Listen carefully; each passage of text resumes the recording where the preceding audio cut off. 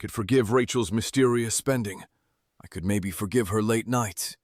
But when I found paint transfer on a customer's BMW that matched her car, I went scorched earth. I ran my fingers along the scratches on Rachel's Honda, the morning sun making the damage look even worse than it had last night. 3 parallel gouges cut through the silver paint down to bare metal, each one about 6 inches long. Perfect spacing, like someone had dragged their keys across the door on purpose. "Grocery store parking lot," she'd said when she came home yesterday, barely glancing up from her phone. "Some idiot with a shopping cart." But shopping carts don't leave marks like this. After 15 years at Precision Auto Body, I know accident damage from intentional scratches. These cuts were too clean, too deliberate. The depth was consistent, the angle precise. Someone had taken their time. I crouched down, examining the gouges more closely. The metal underneath showed no rust yet. This was fresh, maybe hours old. My trained eye cataloged every detail automatically. Depth of penetration, direction of force, pattern of debris caught in the scratches. It's what I do. Read the story that damaged paint tells. Standing up, I brushed my hands on my jeans and headed inside. Rachel was already at the breakfast table, scrolling through her phone while Emma chattered about some science project. "Morning, kiddo," I said, ruffling Emma's hair as I passed. She beamed up at me, her gap-toothed smile making my chest tight. 12 years old and still thought her old man hung the moon. "Dad, did you know that butterflies taste with their feet?" Emma bounced in her chair, practically vibrating with excitement. "Is that right?" I poured coffee from the pot Rachel had made, noting she'd only brewed enough for herself. Again. "What else you learning about butterflies?" "Mrs. Patterson says we need to pick an insect for our project, and I want to do monarchs because they migrate thousands of miles and—" "Mm-hmm," Rachel murmured, not looking up from her screen. Her thumb moved in quick swipes, scrolling through something that had her complete attention. I watched my wife's face in the morning light streaming through the kitchen window. Dark circles under her green eyes, that distant look she'd worn for months now. When had she stopped really listening to Emma? When had breakfast become this hollow routine of distracted responses and phone screens? "Late night again?" I asked, settling into my chair with my coffee. "Conference call with the West Coast," she replied automatically, still not making eye contact. "You know how it is with the time difference." The same excuse she'd used 3 times this week. I buttered my toast, watching how she angled her phone away from me, protective-like. The kitchen felt bigger somehow, like the space between us had stretched overnight. Emma kept talking about monarch butterflies, filling the silence that hung between her parents. I nodded and made the right sounds, but my mind kept drifting back to those scratches on Rachel's car. Something about her explanation didn't sit right. The silver BMW 540. I rolled into Bay 3 around 10:30, and I spotted the damage immediately. Fresh paint transfer along the passenger side, white streaks against the metallic silver that caught the fluorescent lights like scars. The owner climbed out, a nervous guy in an expensive suit that probably cost more than I made in a week. Soft hands, clean fingernails, the kind of man who'd never changed his own oil. "Found it like this in my company parking garage," he said, gesturing at the scrapes. "No idea how it happened. Came straight here because my insurance agent recommended you guys." I nodded, pulling on my work gloves. "Let me take a look." The damage ran from the rear door handle forward about 18 inches. I crouched down, examining the marks with my magnifying glass. The pattern made my stomach tighten. 3 parallel scrapes, white paint transfer embedded in each groove. "When did you first notice this?" I asked, my voice steady despite the growing unease in my chest. "Yesterday morning when I left work. Definitely wasn't there when I arrived." Yesterday morning. The same morning Rachel claimed her car got scratched at the grocery store. I measured the height of the damage with my tape measure, 28 inches from the ground, exactly where a door handle would strike if two cars got too close. The white paint transfer told the story. Rachel's Honda had made contact with this BMW, leaving her paint on his car and taking his silver on hers. The coincidence seemed impossible. What were the odds that the same day my wife's car got mysteriously scratched, a BMW with matching damage would roll into my shop? This is definitely fixable, I told the owner, my professional mask sliding into place. I'll need to get some photos for the insurance claim, then we can work up an estimate. I grabbed my camera from the tool cabinet, my hands steady despite the questions hammering in my skull. Through the lens, the damage looked even more damning. Each photo captured evidence of a story I wasn't sure I wanted to know the ending to. Tony Vasquez found me in the break room during lunch, staring at the photos on my phone. I had the BMW images pulled up next to the pictures I'd taken of Rachel's car that morning. "You look like someone stole your lunch money," Tony said, unwrapping his turkey sandwich. He'd been my friend since we were kids, worked alongside me for the past 8 years. If anyone could read my moods, it was Tony. I showed him the phone screen without saying anything, watching his expression change from curiosity to understanding to something that looked like pity. "Jesus, Mark." He set down his sandwich, leaning closer to study the images. "That's some coincidence." "Yeah." The word came out rough, like I'd swallowed glass. Around us, the shop hummed with its usual activity. Sanders whirring in Bay 2, the rhythmic pop, pop, pop of the spray gun in the paint booth. Miguel arguing with someone on the phone about parts delivery. Normal sounds of a normal day, but I felt like I was watching it all from underwater. "You sure about this?" Tony asked quietly. I swiped between the photos again. Same pattern, same spacing, same depth. The white paint embedded in the BMW's scratches matched Rachel's Honda perfectly.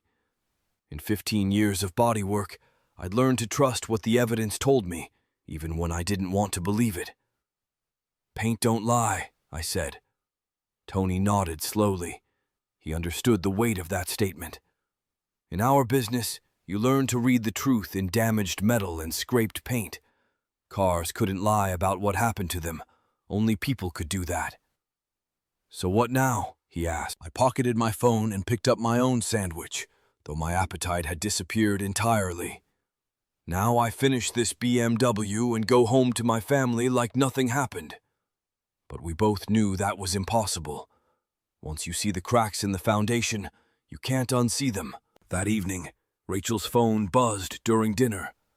The sound cut through Emma's animated description of her butterfly project like a blade.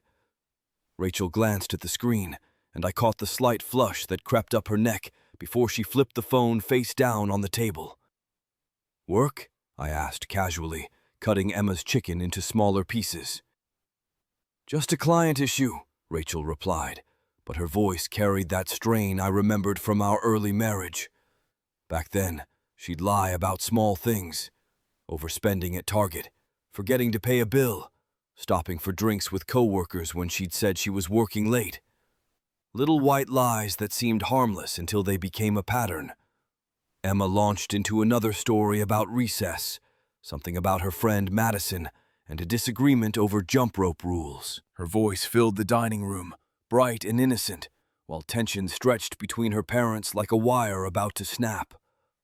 I chewed mechanically, watching Rachel's fingers drum against the table. Nervous energy, like she was fighting the urge to check her phone again.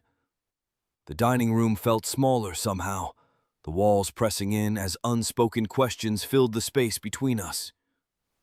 "Can I be excused?" Emma asked, having cleaned her plate with the efficiency of a kid who wanted to get back to her toys. "Sure, kiddo. Brush your teeth in an hour, okay?" She nodded and bounded off toward the living room, leaving Rachel and me alone with the weight of everything unsaid. The silence stretched until I couldn't stand it anymore. "How was work today?" I asked, refilling my water glass. "Fine. Busy." She picked at her salad, avoiding eye contact. "Same old stuff." "That client issue serious?" Her fork paused halfway to her mouth.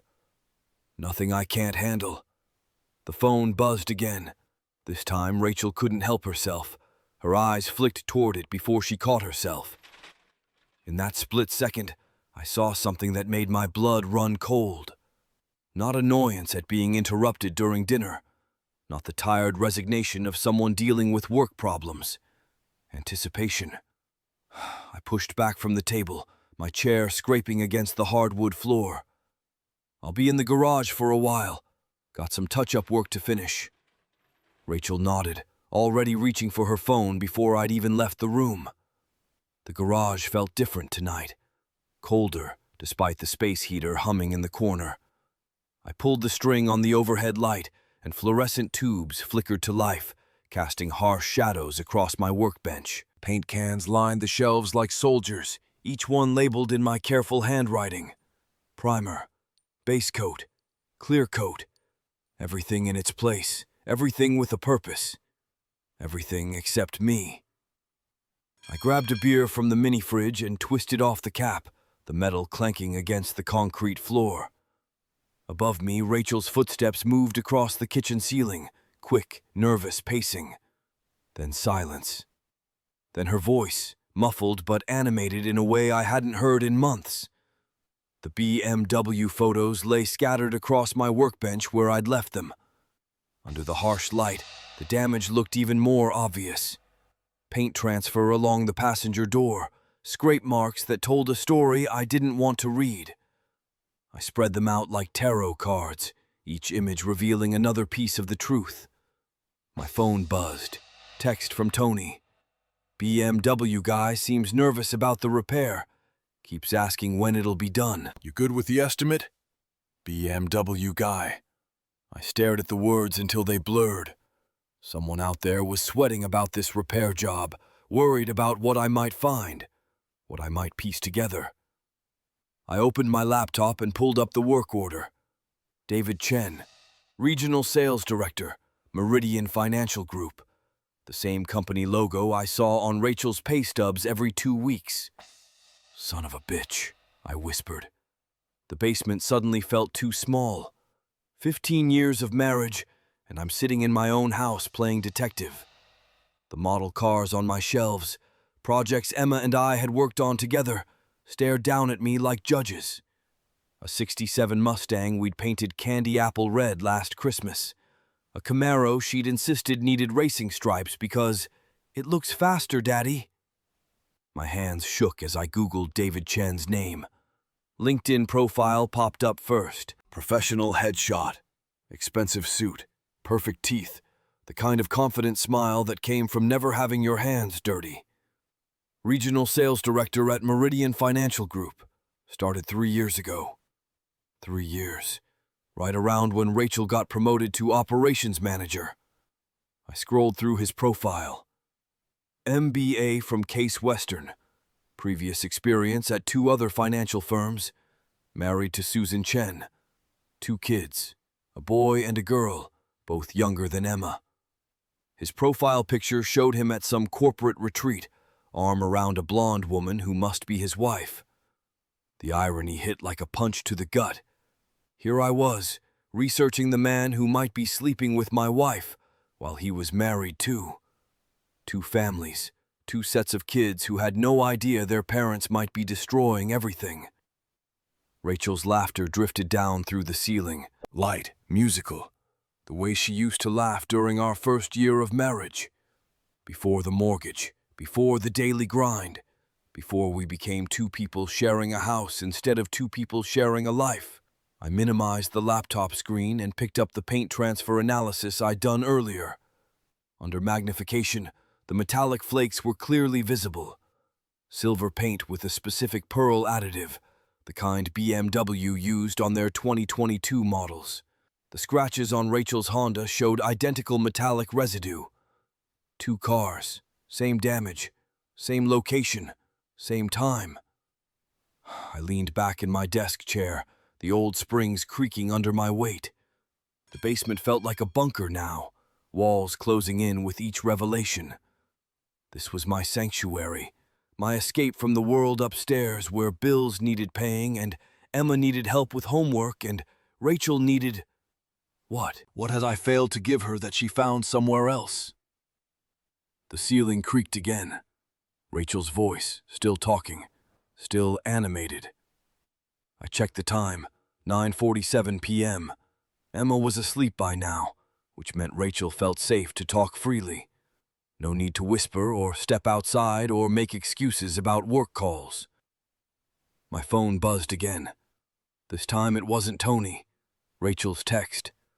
Office party tonight. Running late. Don't wait up. Office party. On a Thursday night. I stared at the message, then at the timestamp.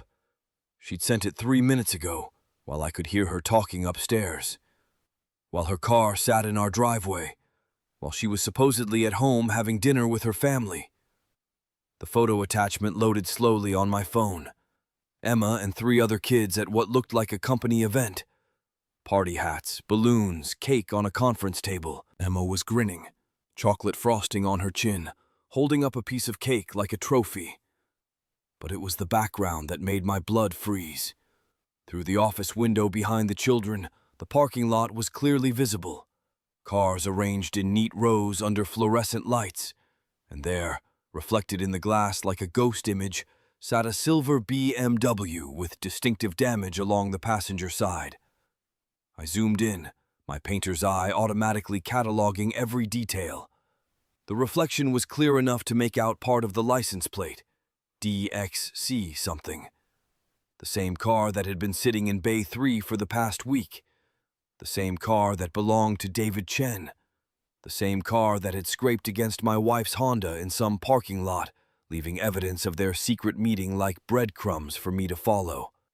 My hands were shaking now, the phone trembling as I enlarged the image further. The BMW's damage was unmistakable. The same scrape pattern, the same location, the same paint transfer I'd been analyzing for days.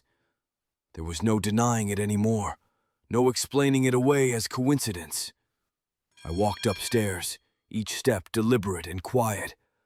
Rachel's voice was clearer now, coming from the kitchen.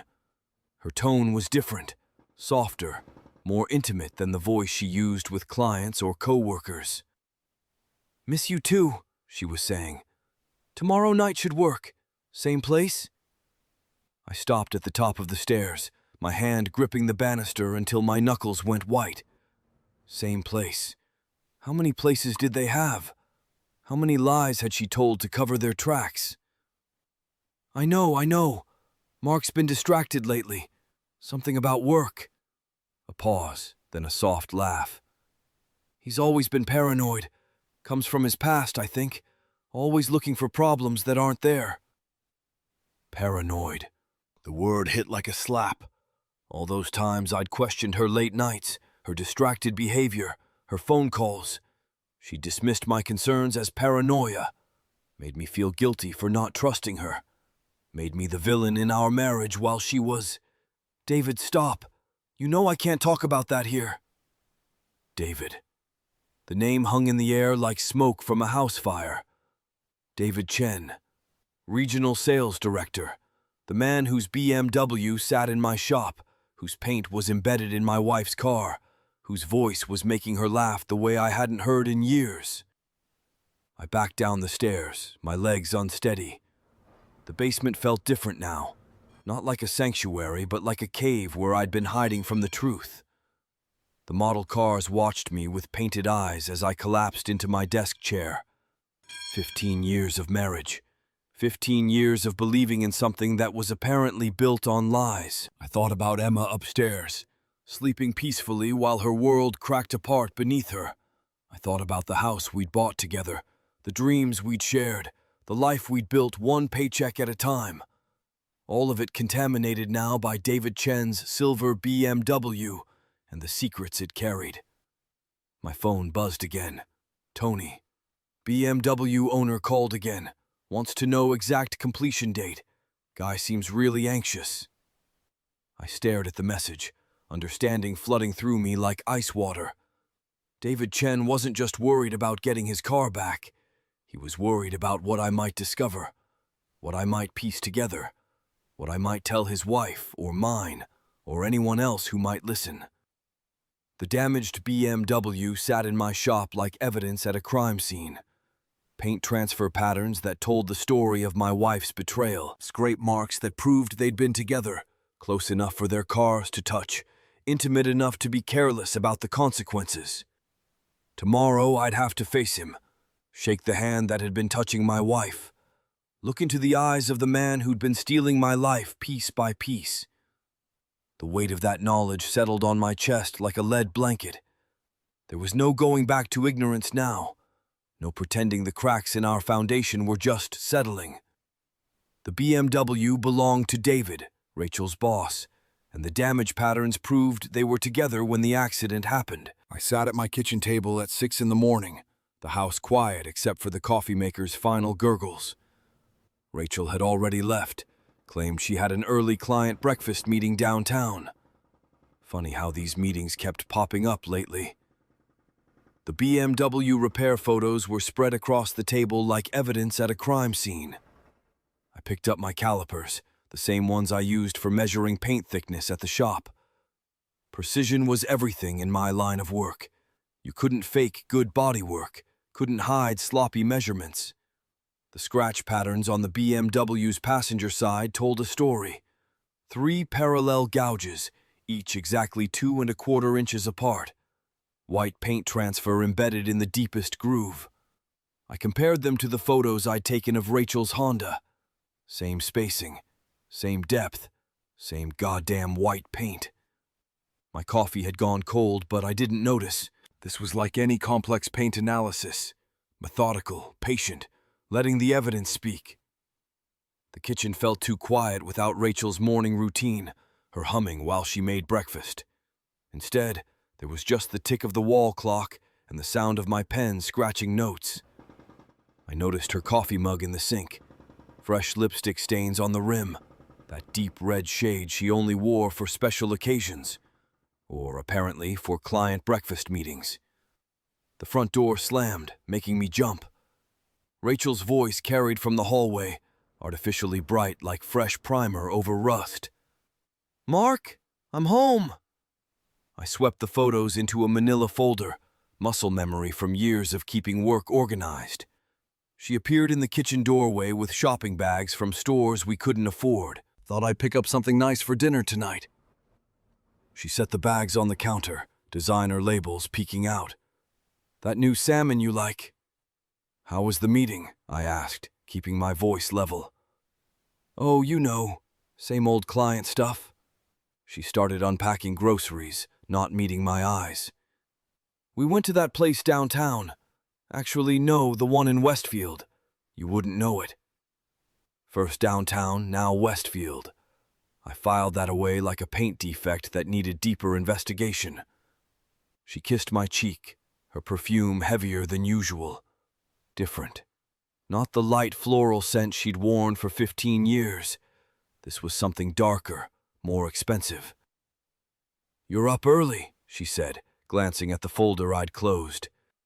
"Couldn't sleep, thinking about that BMW job." "Always working." She smiled, but it didn't reach her eyes. "You should relax more, Mark. Not everything needs to be perfect." But in my world, everything did need to be perfect. Sloppy work meant comebacks, angry customers, lost reputation. I nodded and smiled back, playing along with whatever game this was becoming. Later that evening, I descended into the paint booth, my basement sanctuary. The neon sign cast everything in red shadows, like a dark room where truth developed slowly. I'd built this space myself, a proper bar with leather stools, vintage signs from auto manufacturers, and a workbench where I could think. Bank statements covered the bench like blueprints for a restoration project. Rachel had always handled our finances, claimed she was better with numbers. But I kept my own records, tracked every dollar like tracking paint inventory. The ATM withdrawals jumped out like primer showing through topcoat. 300 here, 500 there, always from locations near downtown hotels. The Marriott on 5th Street, the Hilton by the Convention Center. places Rachel had no business being. I grabbed my highlighter, yellow for suspicious charges, green for timeline discrepancies. The familiar smell of paint thinner from the shop upstairs calmed my nerves. This was just another complex job requiring patience and precision. The dates told their own story. Every withdrawal coincided with Rachel's mysterious meetings, her late nights at the office, her weekend conferences that never seemed to have any follow-up.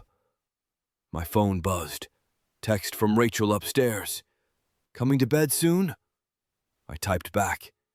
"Just finishing up some paperwork." But I wasn't finishing. I was just getting started. The next morning, I discovered $1,200 missing from our joint savings account. 3 separate withdrawals over the past week, each from a different ATM. The bank statements don't lie. Unlike people, numbers have integrity. At dinner, I set the statements beside Rachel's plate like serving a subpoena. "What's this about?" she asked, her fork pausing halfway to her mouth. $1,200, gone from savings." Her face flushed, but she kept eating. "Oh, that. Emma's school expenses. Emma's tuition was paid in August. I have the receipt." "Not tuition," Rachel's voice rose. "Field trips, supplies, that science camp she wanted.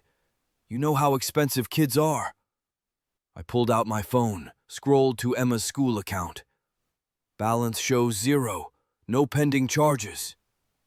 Rachel's fork clattered against her plate. "You're being paranoid, Mark. This obsession with tracking every penny is unhealthy. It's called responsibility. It's called not trusting your wife."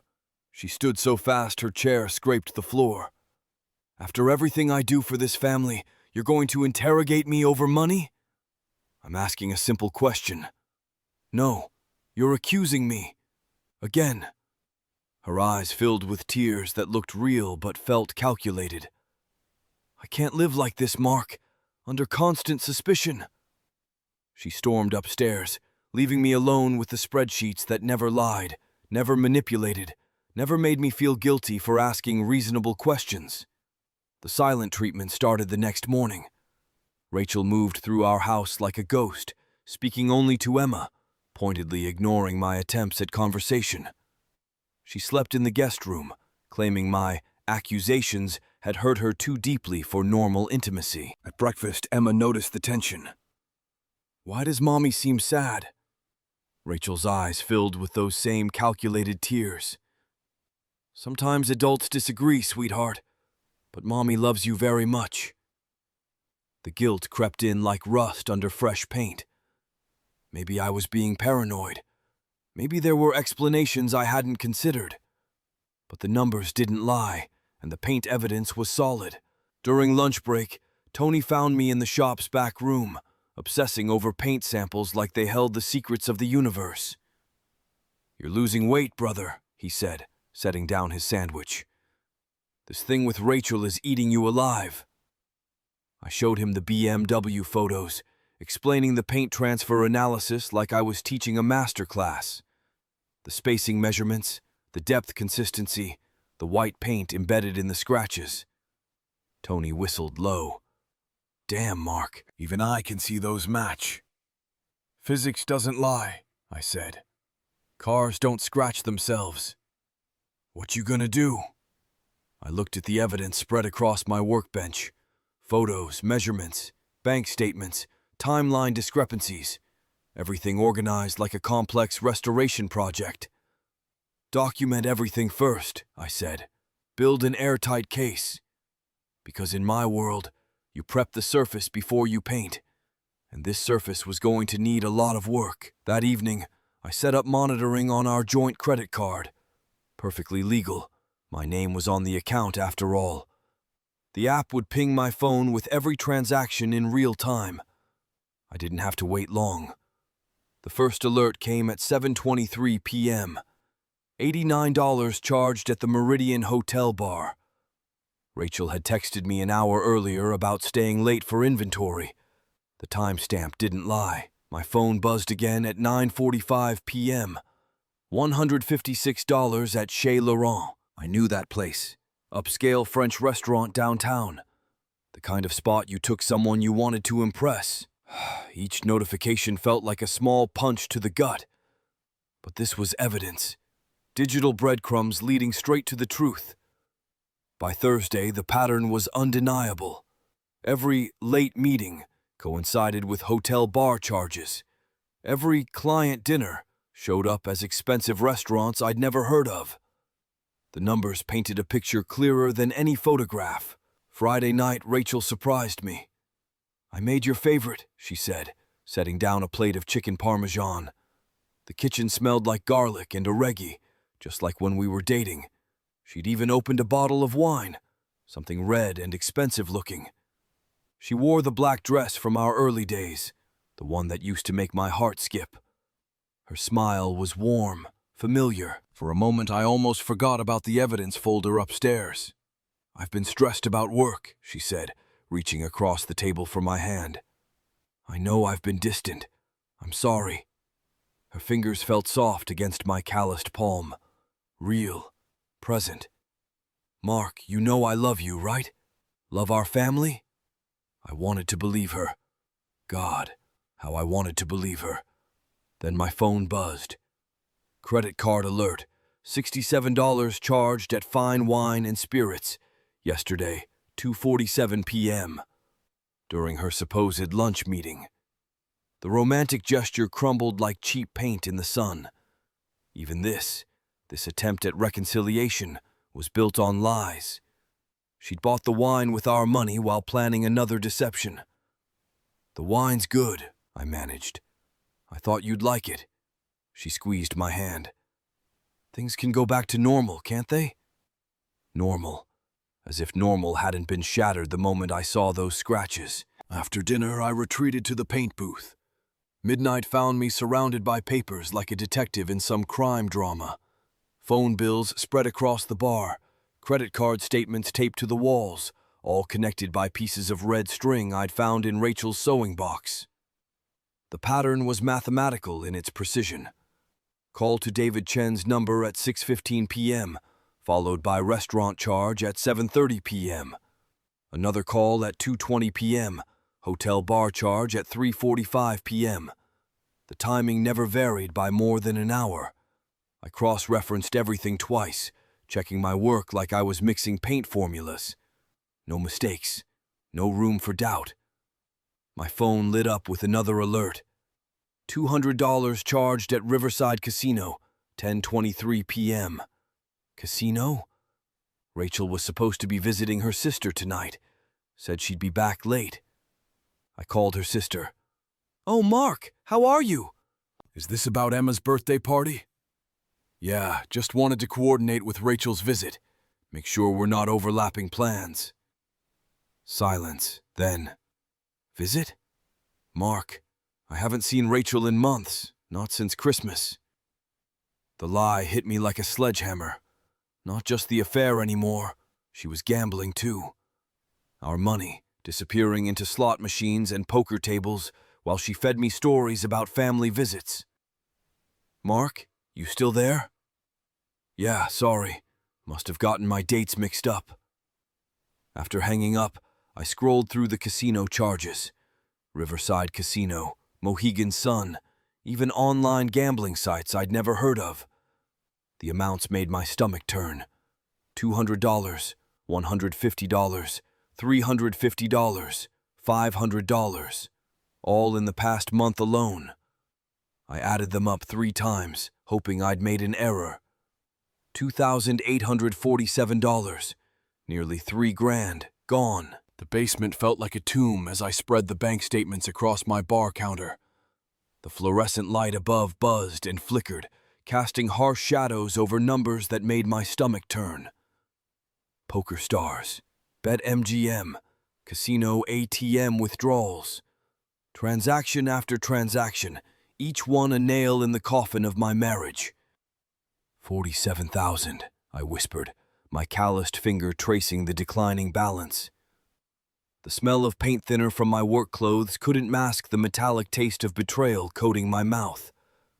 I'd seen this pattern before, back when I ran with the wrong crowd. The escalating bets, the desperate attempts to win back losses, the lies that got bigger and more elaborate. Rachel wasn't just meeting David Chen for romantic dinners. She was feeding an addiction, and our life savings was the fuel. The basement walls felt like they were closing in, reminding me of my old cell. 6 by 8 feet of concrete and regret. I promised myself I'd never feel trapped like that again, but here I was, caged by my own wife's deception. I picked up another statement, hands shaking slightly. The dates aligned perfectly with her work meetings and girls' nights out. Every lie had a paper trail, every betrayal stamped with a transaction fee. My phone buzzed. Text from Tony Vasquez. "You okay? Haven't seen you smile in weeks." I stared at the message, remembering when my biggest worry was matching paint colors perfectly. When the most complex thing in my life was getting the metallic flake to lay just right on a Mustang's hood. Now I was documenting my wife's systematic theft of our future, one receipt at a time. The credit card statements told an even worse story. I pulled out David Chen's American Express records. Yeah, I'd gotten creative with my information gathering. Same casinos, same times as Rachel's withdrawals. My methodical painter's eye caught the pattern immediately. "Smart bastard," I muttered, understanding the con. David was enabling her, probably getting kickbacks or using company expense accounts. Rachel was using her boss's infatuation to fund her gambling habit, probably promising him anything to keep the money flowing. The silence in the basement pressed against my eardrums like deep water. My wife had become a professional manipulator, and I'd been too busy trying to be the perfect reformed ex-con to notice. I reached for my beer, but my hand stopped halfway. The bottle sat next to a photo from Emma's last birthday party. Rachel's arm around our daughter, both of them smiling. That was taken 3 months ago, right when the gambling charges started spiking. The next morning at Precision Auto Body, I couldn't focus. Every car that rolled in reminded me of David's BMW, of the moment my careful life began unraveling. Tony kept shooting me looks from across the shop floor. "You're gonna sand right through the primer if you keep at it like that," he called out, walking over to my workstation. I stepped back from the Camaro I'd been working on. Sure enough, I'd gone too far, exposing bare metal in spots. In 15 years of professional painting, I'd never made such a rookie mistake. "Sorry, man. Mine's elsewhere." "Yeah, I can tell." Tony leaned against the workbench, his dark eyes studying my face. "You want to talk about whatever's eating you?" "Just domestic stuff. Nothing I can't handle." Tony nodded slowly. He'd been there when I got out of prison. Gave me my first real job, never asked questions about my past. He deserved better than lies, but I wasn't ready to say the words out loud. Not yet. "Well, you know where to find me if you change your mind." That evening, Rachel hummed while cooking dinner, acting like nothing had changed. I watched her move around our kitchen, this woman who'd shared my bed for 15 years while stealing from me for over a year. Her auburn hair caught the light from the pendant lamp I'd installed myself, back when I still believed in our future. "How was work?" she asked, her voice honey-sweet, not even looking up from the stove. "Productive," I replied, thinking of the evidence folder growing thicker upstairs in my toolbox. She smiled, probably relieved I wasn't asking questions about her day. The normalcy felt surreal, like watching a movie of someone else's life. Even the familiar smell of her perfume, that expensive stuff she'd started wearing recently, now seemed like another lie. "Emma's got soccer practice tomorrow," she said, stirring the pasta sauce. "Can you pick her up?" "Sure." I watched her hands as she cooked. Those same hands that had been touching David Chen, that had been typing in our bank passwords, that had been feeding money into slot machines while I worked overtime to save for Emma's college fund. After dinner, while Rachel was in the shower, I found the Meridian Financial Group employee handbook in her briefcase. It was bookmarked at the section on unauthorized use of company resources. My blood turned to ice as I realized the scope of what I was looking at. She wasn't just gambling our money. She was stealing from her employer. David's signature appeared on expense reports, covering Rachel's client entertainment at casinos. Dinners that cost $300 at restaurants inside gambling establishments. Hotel rooms charged to the company account on nights she told me she was visiting her sister. My hands shook as I photographed each page with my phone. My criminal past made me understand exactly what I was seeing. This wasn't just adultery and gambling. This was embezzlement, federal crime territory. Rachel had dragged us all into felony waters, and she was too addicted to care about the undertow. The shower was still running upstairs. I sat there in our living room, surrounded by the life we'd built together. The couch we'd bought when Emma was born, the coffee table I'd refinished myself. Family photos on the mantel showing 15 years of birthdays, holidays, anniversaries, all of it built on lies that went deeper than I'd imagined. I thought about Emma, asleep in her room, dreaming whatever 12-year-olds dream about. She had no idea her mother was a criminal, that her college fund was disappearing into David Chen's pockets and casino vaults. The water shut off upstairs. I quickly closed the handbook and slipped it back into Rachel's briefcase, my movements automatic from years of staying one step ahead of trouble. But this time, I wasn't running from the law. I was gathering evidence for it. The next morning, I called Patricia Kellerman's office from my truck outside Precision Auto Body. My hands were steady on the wheel, but my voice sounded like it belonged to someone else. "We need to meet today," I told her secretary. The situation has escalated beyond adultery. Through the windshield, I watched Tony and the other painters arriving for their shifts. Normal people with normal problems, scratched bumpers, fender benders, insurance claims. The autumn air bit through my jacket as I realized my life would never be that simple again. Rachel wasn't just cheating. She was a criminal who'd made me an unwitting accomplice. "Mr. Torino?" The secretary's voice crackled through my phone. "Mrs. Kellerman can see you at 2 o'clock. "I'll be there." I hung up and stared at the shop's familiar brick facade. 15 years I'd been coming here, building a legitimate life one perfectly sprayed panel at a time. Now I was calling divorce attorneys like some deadbeat from my old neighborhood. The irony wasn't lost on me. I'd spent years proving I wasn't the criminal everyone expected me to be. Turns out I'd married one instead. Patricia Kellerman's law office smelled like leather and old books. The kind of place that charged by the hour and made you feel it. I spread my evidence across her mahogany conference table like autopsy photos, bank statements, casino receipts, the employee handbook with David's signatures. "This changes everything," she said, adjusting her reading glasses. She was maybe 50, with silver hair pulled back tight and eyes that had seen every kind of family destruction. "We're not just talking divorce anymore. We're talking criminal liability." My reformed criminal instincts kicked in automatically. Document everything. Trust no one. Prepare for war. "The embezzlement charges could stick to you too," she continued, tapping the expense reports. "Joint accounts, shared tax returns. The feds don't care if you knew about it or not." The afternoon light through her windows felt like interrogation lamps. I understood now why my old cellmates talked about their wives with such bitter hatred. Some betrayals cut deeper than any knife. "What do I need to do?" I asked. "First, we separate your assets immediately. Open new accounts, document everything.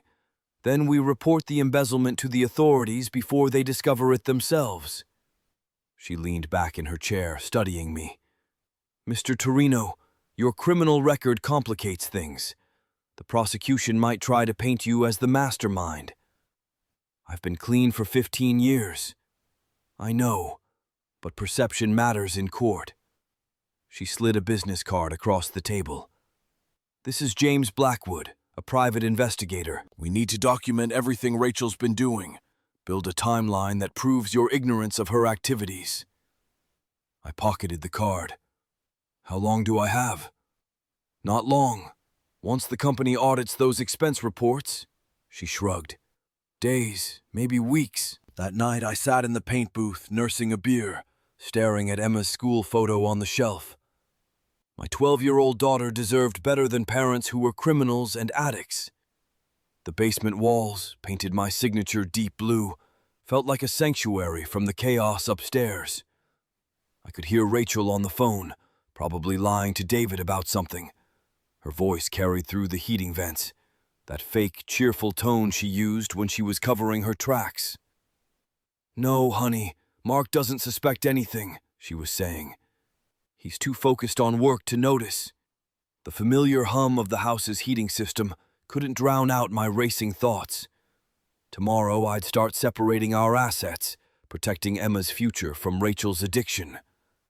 Every dollar I could shield from her gambling was another semester of college, another chance at a life better than the one I'd given her. My phone buzzed, a text from Tony. "You okay, man? You looked like hell today." I typed back, "Just tired." But tired wasn't the right word. Hollowed out, maybe. Like someone had taken a sandblaster to my insides and stripped away everything I thought I knew about my life. The beer tasted like metal. Even my sanctuary felt contaminated now. The next morning, I began methodically photographing everything of value in our house. Rachel's jewelry, our furniture, Emma's college fund statements, everything Rachel might liquidate to feed her gambling addiction. My painter's attention to detail served me well. Serial numbers on electronics, appraisals on artwork, receipts tucked away in drawers. The house felt like a crime scene now, every room containing evidence of our former happiness. "What are you doing?" Rachel asked from the bedroom doorway. She was holding a coffee mug, that expensive perfume trailing behind her like evidence. "Insurance inventory," I said, photographing her jewelry box. "Tony mentioned we should update our homeowner's policy." She watched me work, her green eyes calculating. "Since when do you care about insurance?" "Since I realized how much we have to lose." The afternoon light streaming through our bedroom windows illuminated dust motes that danced like my shattered dreams. Each photograph felt like documenting a museum exhibit, artifacts from a marriage that had died months ago. Rachel set her mug on the dresser and walked away. I noticed the lipstick stain on the rim, that deep red shade she only wore for special occasions. Or for David. Emma bounded into the kitchen after school, backpack bouncing, completely unaware her world was about to implode. "Dad, can you help with my science project?" she asked, her gap-toothed smile innocent and trusting. "We're studying chemical reactions." My chest tightened as I realized this might be one of our last normal moments together. "What kind of reactions?" "Like when two things that seem stable mix together and create something totally different." She dumped her backpack on the counter, spilling notebooks and pencils. "Mrs. Henderson says chemistry is all about understanding what happens when elements combine." Rachel watched from the doorway, her face unreadable. The kitchen's warm yellow light felt like a spotlight on our family's final performance. "That sounds interesting, kiddo," I said, ruffling Emma's hair. "Sometimes when things combine, they can be explosive." "Exactly," Emma grinned. "Like sodium and water. Boom." Soon, Emma would learn that sometimes parents aren't the heroes children believe them to be. That sometimes the most dangerous chemical reactions happen inside families, where trust and betrayal mix into something that destroys everything it touches. "We'll work on it after dinner," I promised. Rachel turned away, but not before I saw something flicker across her face. Guilt, maybe. Or fear. 3 days later, I was in the garage organizing my tools when I heard Rachel's voice from upstairs, high and panicked. "Mark! Mark, come here!" I found her in our bathroom, pale and shaking, clutching a small plastic stick. The harsh fluorescent light made her skin look gray. "Mark," she whispered, "I'm pregnant." The words hit me like a sledgehammer to the chest. I stared at her, my methodical painter's mind automatically calculating dates. We hadn't been intimate in months, not since her work stress began consuming our nights. The bathroom's harsh fluorescent light revealed the truth in her guilty eyes before she could speak it. "How far along?" I asked, my voice steady despite the earthquake in my chest. 6 weeks, maybe 7. She clutched the pregnancy test like a lifeline. "Mark, I know things have been difficult between us, but maybe this is a sign. Maybe this baby can bring us back together." I did the math. 6 weeks ago, Rachel had been visiting her sister for 3 days. The same weekend I'd found casino charges from Riverside. The same weekend David Chen had signed expense reports for a hotel room. This wasn't my child. This was David Chen's. The final piece of evidence I never wanted to find. Rachel reached for my hand, but I stepped back. The small bathroom suddenly felt like a prison cell, the walls closing in with the weight of her deception. "We need to talk," I said. "Yes," she whispered, tears starting to fall. "Yes, we do." But I already knew this conversation wouldn't save our marriage. It would bury it.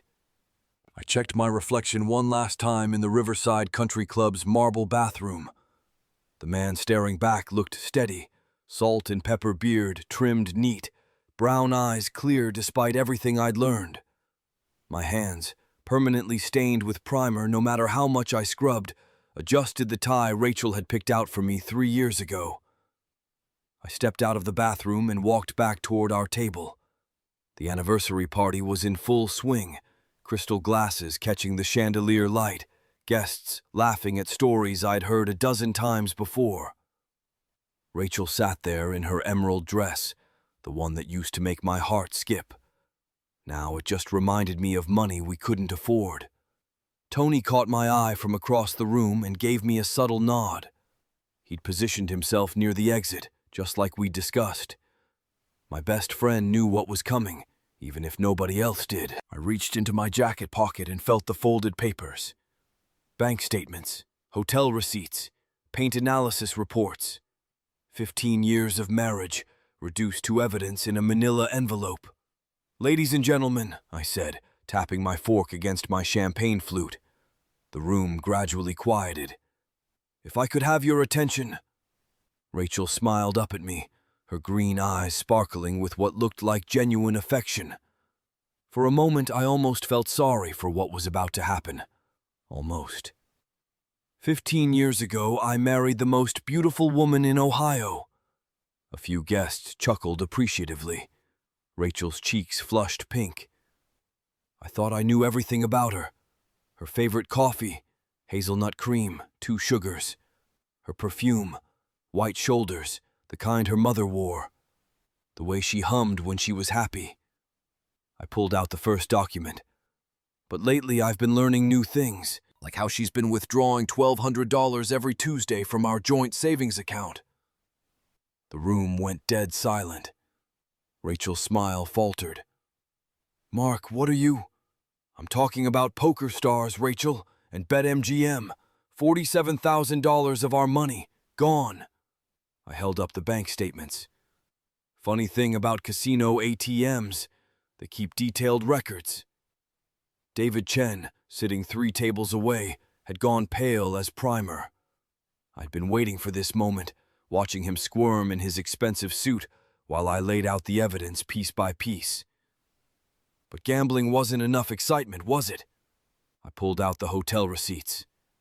Marriott Downtown, Hilton Garden Inn, always on Tuesdays, always charged to a corporate card belonging to Meridian Financial Group. Rachel stood up so fast her chair toppled backward. "Stop it. You're embarrassing yourself." "Am I?" I reached into my jacket and produced the paint analysis report, the one that had started everything. Silver metallic paint transfer, BMW 540i specific, found on your Honda's passenger side. I looked directly at David Chen. Same damage pattern I repaired on your car 3 weeks ago. You were together when it happened. David bolted, just stood up and ran for the exit, pushing past Tony and fleeing into the night like the coward he was. The sound of his footsteps echoed off the marble floor. Rachel was crying now, mascara streaking down her cheeks. "Mark, please." "And the pregnancy, Rachel?" I pulled out my phone, opened the calculator app with the precision of a forensic accountant. 14 weeks along. Conception date puts it right during your Tuesday hotel visits. I was working overtime those exact nights, remember? Double shifts to pay for your gambling habit. She collapsed back into her chair like someone had cut her strings. The weight of 15 years of lies, finally exposed under the country club's crystal chandeliers. Guests were leaving now, quietly, awkwardly, grabbing their coats and purses while trying not to make eye contact. The elegant anniversary party had become a public execution, and nobody wanted to witness the final moments. The maitre d' approached our table, wringing his hands. "Sir, perhaps we could. We're almost finished here." I turned back to Rachel, who was staring at the tablecloth like it might offer her an escape route. "I've already filed for divorce. Patricia Kellerman has everything documented. The house is secured, accounts are frozen, and yes, I've reported the embezzlement to Meridian Financial." Rachel's head snapped up. "You what?" "Corporate funds, Rachel. David's expense account. That's not just adultery, that's theft." I folded the papers and slipped them back into my jacket. Funny thing about evidence, once you know how to look for it, it's everywhere. She tried one last manipulation, the tears flowing freely now. "Mark, please, think about Emma. We can work this out, get counseling. Emma deserves better than lies." The words came out harder than I'd intended. She deserves a parent who doesn't steal from her college fund to feed slot machines. The few remaining guests filed out silently, leaving behind half-eaten anniversary cake and wilted centerpieces. The country club staff began clearing tables around us, treating the scene like any other ended event. Professional, efficient, like marriages imploded here every Tuesday. Rachel gathered her purse with shaking hands. She looked smaller somehow, diminished without her carefully constructed facade. "I never meant for it to go this far." "Yeah, well, neither did I." She walked toward the exit, her heels clicking against the marble. At the door, she turned back once, mouth open like she wanted to say something. But what was left to say? Instead, she just walked out into the Ohio night.